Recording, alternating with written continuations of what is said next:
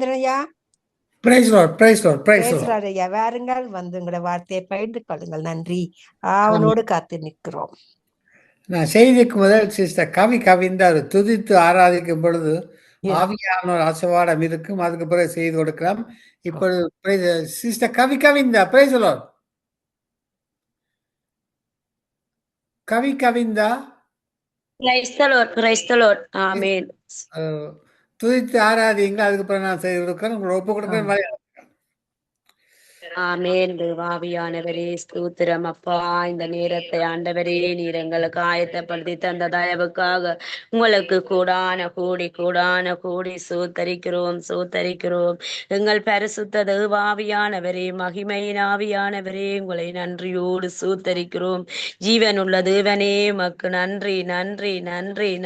உம்மை துதிக்கிறோம். உங்களை மகிமைப்படுத்துகிறோம். ஆண்டவரே நீர் நல்லவர், மகிமை நிறைந்தவர். ஆண்டவரே, ஒருவரும் சேராத ஒளியில் வாசம் செய்பவரே, அப்பா நீங்கள் வார்த்தையில் அசைவாடுகிற தேவனே, வானாதி வானங்களில் ஆண்டவரே இருக்கிறவரே, அப்பா வல்லமை நிறைந்த தேவனே, மாட்சிமை நிறைந்த தேவனே, கிருபை நிறைந்த தேவனே, சூத்திரம்.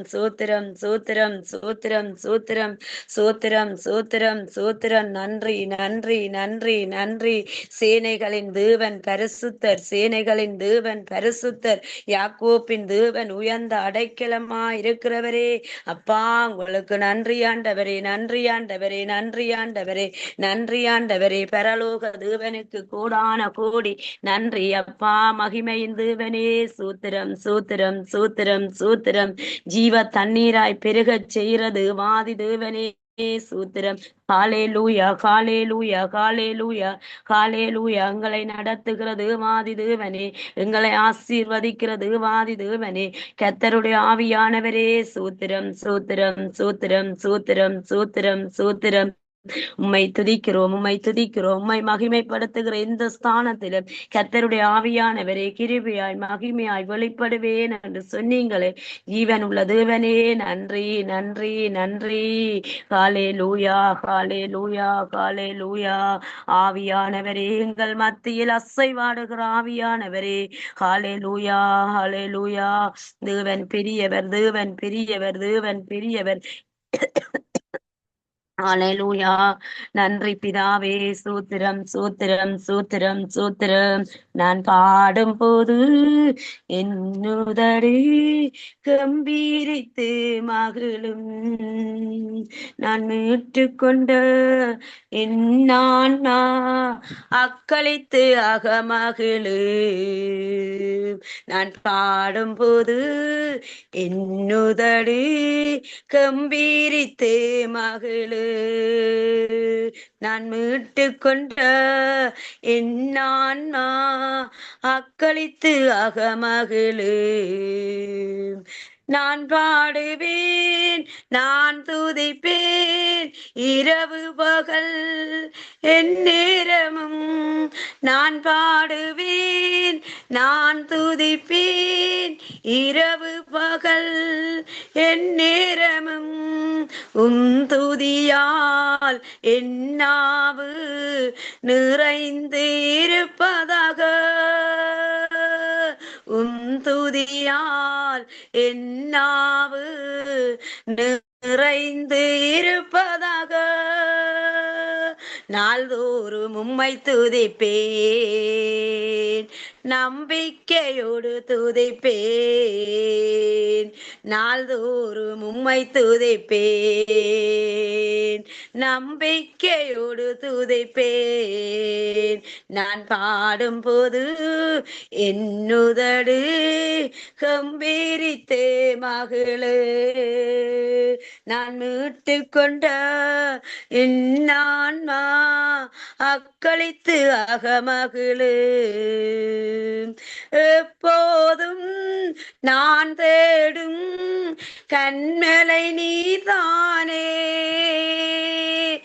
எப்போதும் நான் தேடும் கண்மலை நீதானே, புகலிடமும் காப்பகமும் எல்லாமே நீதானே, புகலிடமும் காப்பகமும் எல்லாம் நீர்தானே. நாள்தோறும் உம்மை துதிப்பேன், நம்பிக்கையோடு துதிப்பேன். நாள்தோறும் உம்மை துதிப்பேன், நம்பிக்கையோடு துதிப்பேன். ஹalleluya.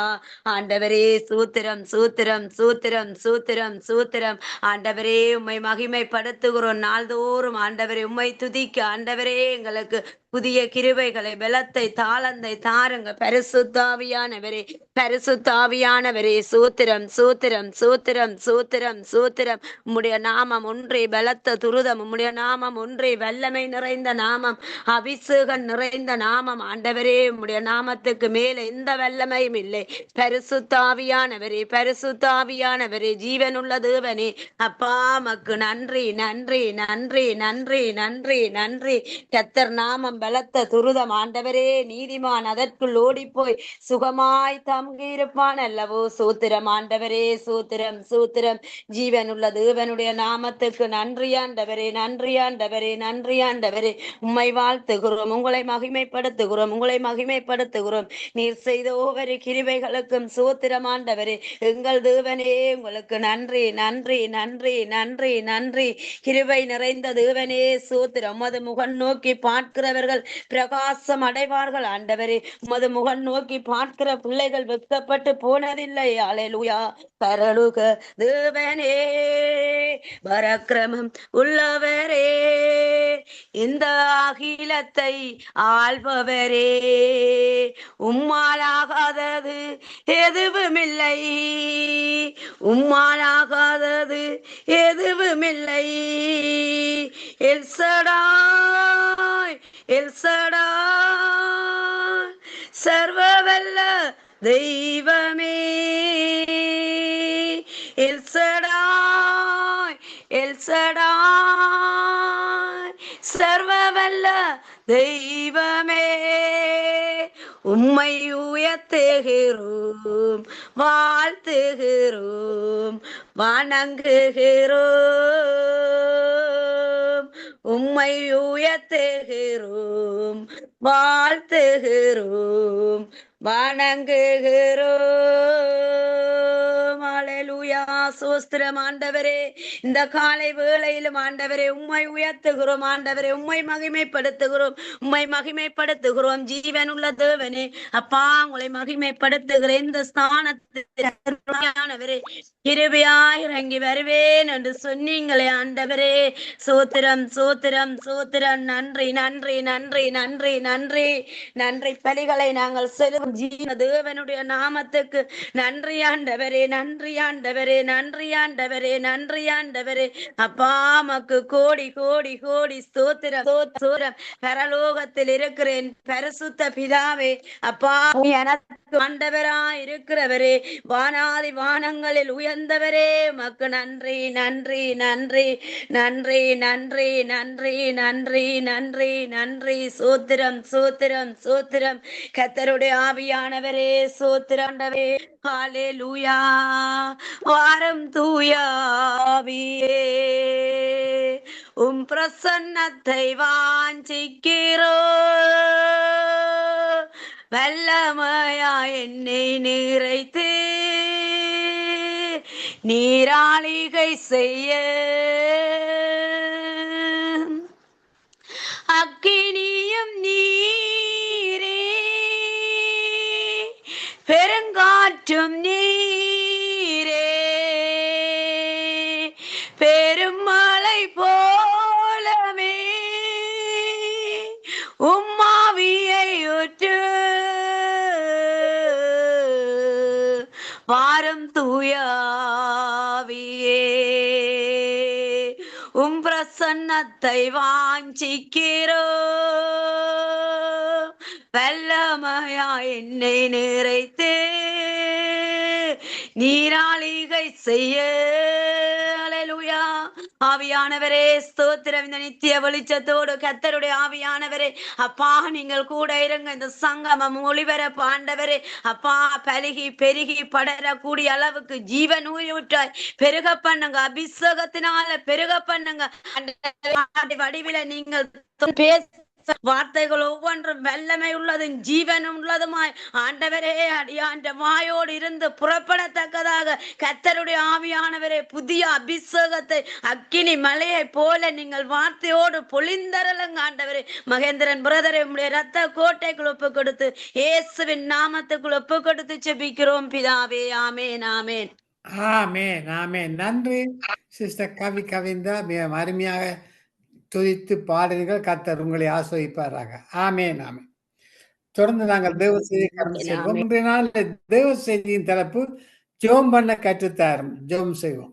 அன்பான பரலோக தகப்பனே சுவாமி, ஜெபம் பண்ண கற்றுத்தாரும் என்ற தலைப்பில் செய்து கொடுக்கும் பொழுது என்னை மறத்து நீர் பேச வேண்டுமாக எல்லாம் வல்ல இயேசு கிறிஸ்துவின் அதிகாரமுள்ள நாமத்தினாலே ஜெபிக்கிறேன் பரமபிதாவே. ஆமேன் ஆமேன். லூக்கா 11:2-3-4 சொல்லுகிறது. லூக்கா 11ஆம் அதிகாரம் 2-3-4 வசனங்கள்.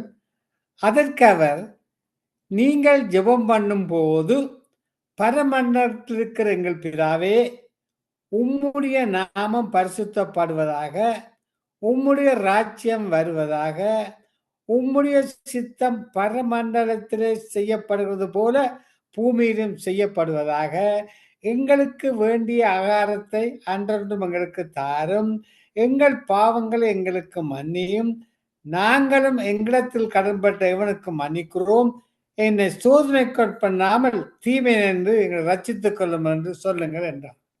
சீஷர்கள் இயேசுடன் கேட்கும் பொழுது இந்த இயேசு சொன்ன பதில், ஜெபம் கிறிஸ்தவ வாழ்க்கையிலே மாபெரும் தூண். இந்த தூண் உறுதியா இருந்தால்தான் ஆவிக்குரிய வாழ்வு உறுதியா இருக்கும். இந்த ஜெபம் மாபெரும் சிலாக்கியம். நமது சுமைகள், பாரங்கள், கண்ணீர்கள், கவலைகள், மனவேதனை எல்லாவற்றையும் ஜெப நேரத்தில் கர்த்தருடைய பாதத்தில் இறக்கி வைத்து விடுகிறோம்.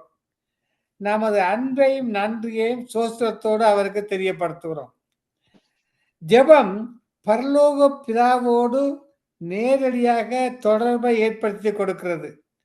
ஜெப நேரம் பூலோகமும் பரலோகமும் ஒன்றாக இணைக்கப்படுகிற நேரம். அப்போஸ்தலர் பவுல் சொன்னார், நீங்கள் ஒன்றுக்கும் கவலைப்படாமல் தேவனுக்கு தெரியப்படுத்துங்கள். யாருக்கு? தேவனுக்கு, மக்களுக்கு அல்ல.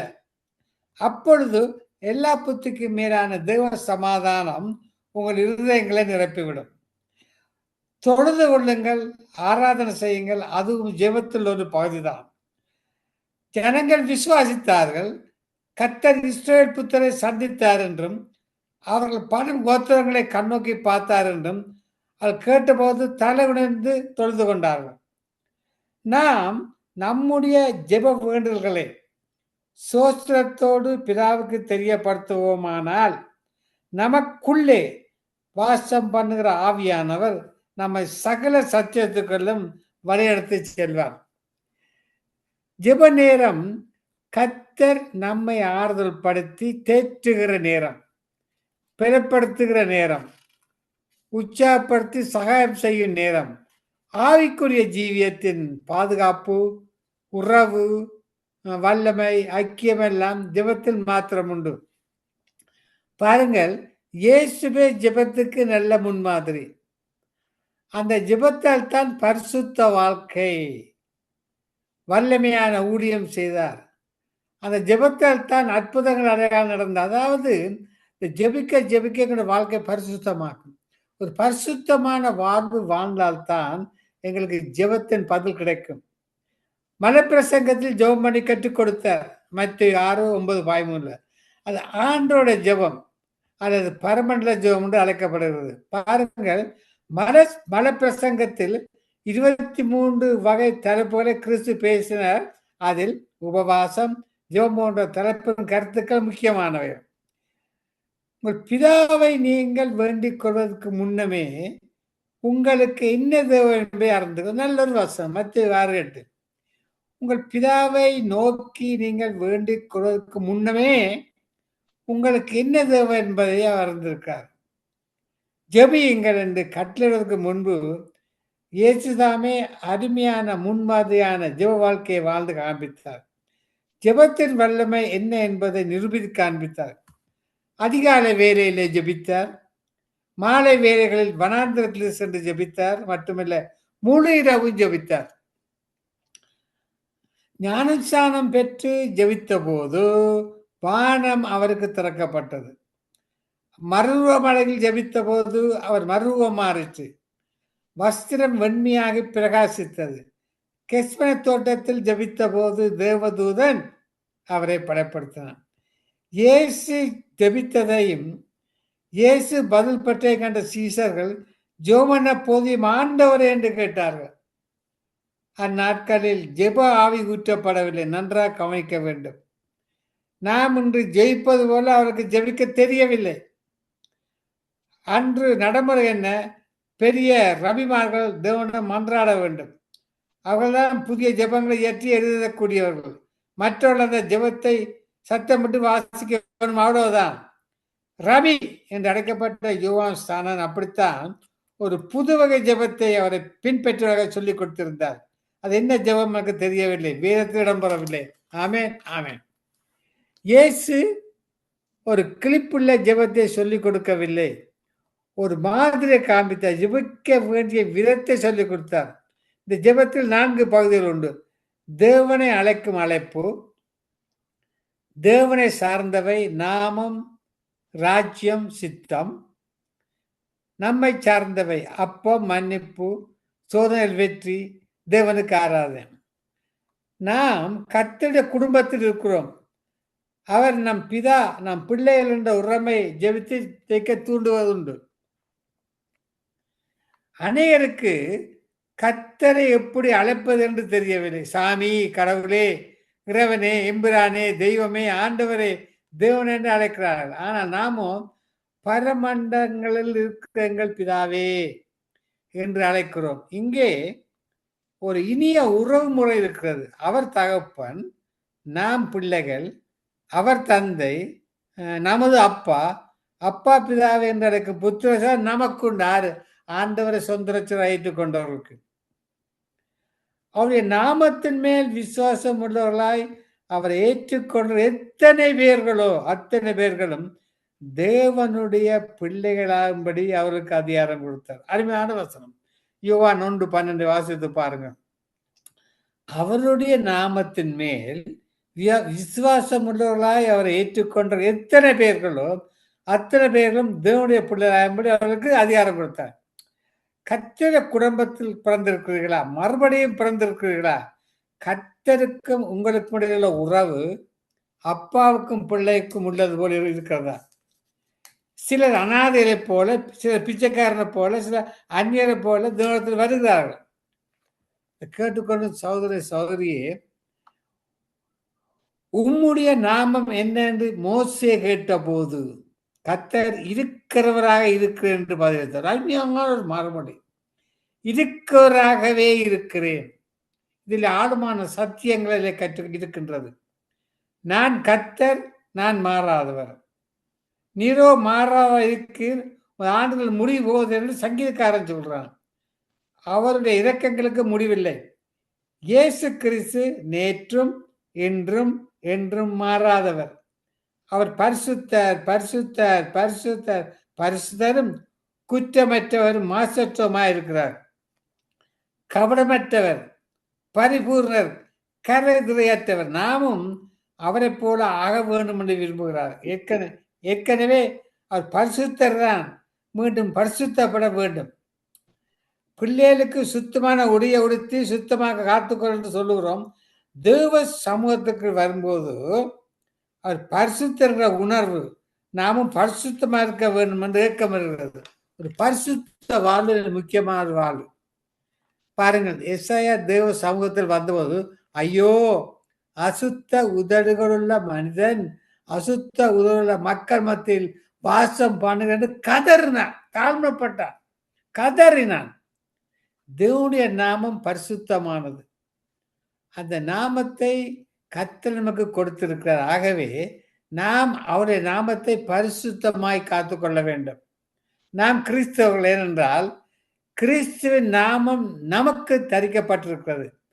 அந்த நாமத்தின் மகிமை நமக்கு கொடுக்கப்பட்டிருக்கிறது. அதை நாம் கெடுத்துவிடக்கூடாது. சேனைகளின் தேவனாகிய கர்த்தாவே, உம்முடைய நாமம் எனக்கு தரிக்கப்பட்டிருக்கிறது.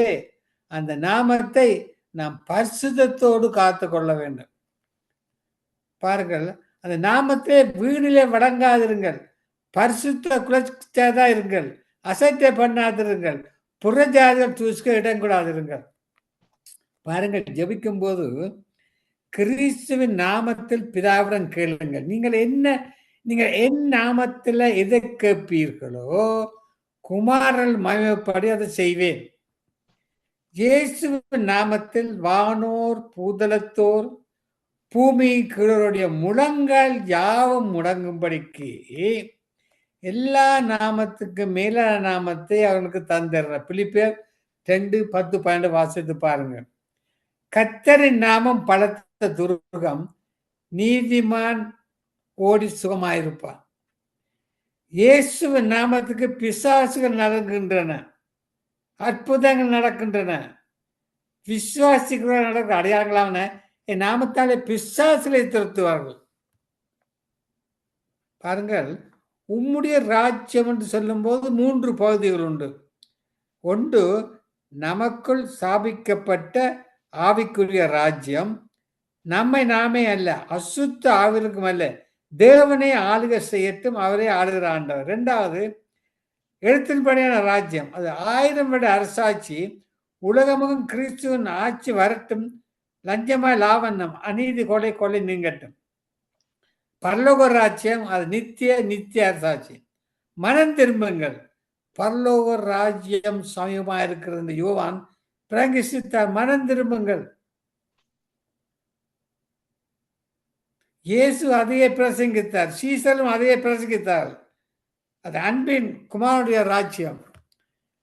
பாவ வாழ்க்கையிலிருந்து நன்றாக கவனிங்கள், பாவ வாழ்க்கையிலிருந்து பரிசுத்த வாழ்க்கைக்கு வரும்போது பாதாள ராஜ்யத்திலிருந்து கிறிஸ்துவின் ராஜ்யத்துக்கு வருகிறோம்.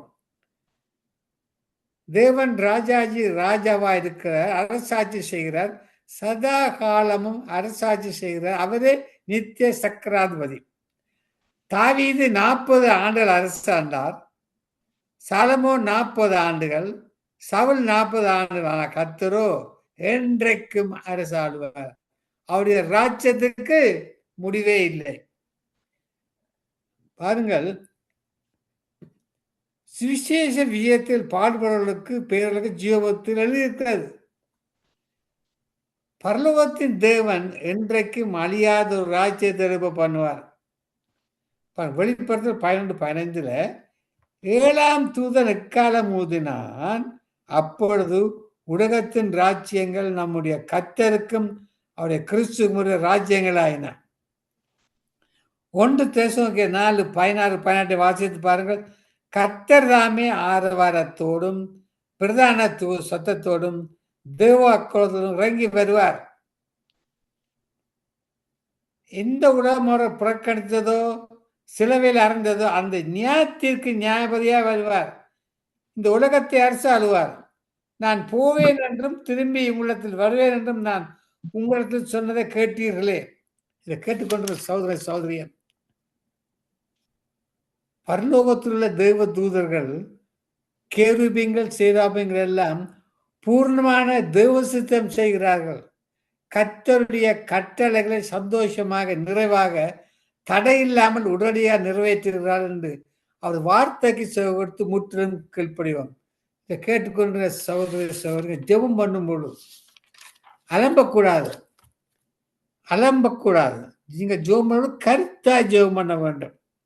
இந்த கருத்தான ஜெபத்துக்குத்தான் ஆண்டவர் பதில் கொடுக்கிறார். சிறிது நேரம் கருத்தான ஜெபம் சொல்லும்போது கர்த்தர் அதுக்கு பதில் கொடுப்பார். ஆமென். நான் ஜெபம் பண்ணுவோமா? அன்பான பரலோக தகப்பனே சுவாமி, சங்கம வானொலியிலே நித்திய விழிச்ச நிகழ்ச்சியிலே ஜெபம் பண்ண கற்றுத்தாரும் என்ற தலைப்பிலே பிள்ளைகளுக்கு எப்படி ஜெபிக்க வேண்டும் என்பதை வேதாகமம் என்ன கூறுகின்றது என்பதை இந்த பிள்ளையை கொடுத்துறேன் சுவாமி. அதை எட்டு பரிசுத்தமா வாழ்க்கை வாழ்ந்து ஜெபித்து துதித்து ஆராய்த்து தேவனுடைய ஆசீர்வாதத்தை பெற்றுக்கொள்ள நீ கிருபை செய்ய வேண்டுமாக.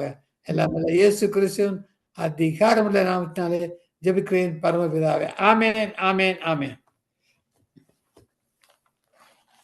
ஆமேன், ஆமேன், ஆமேன் ஐயா. அருமையான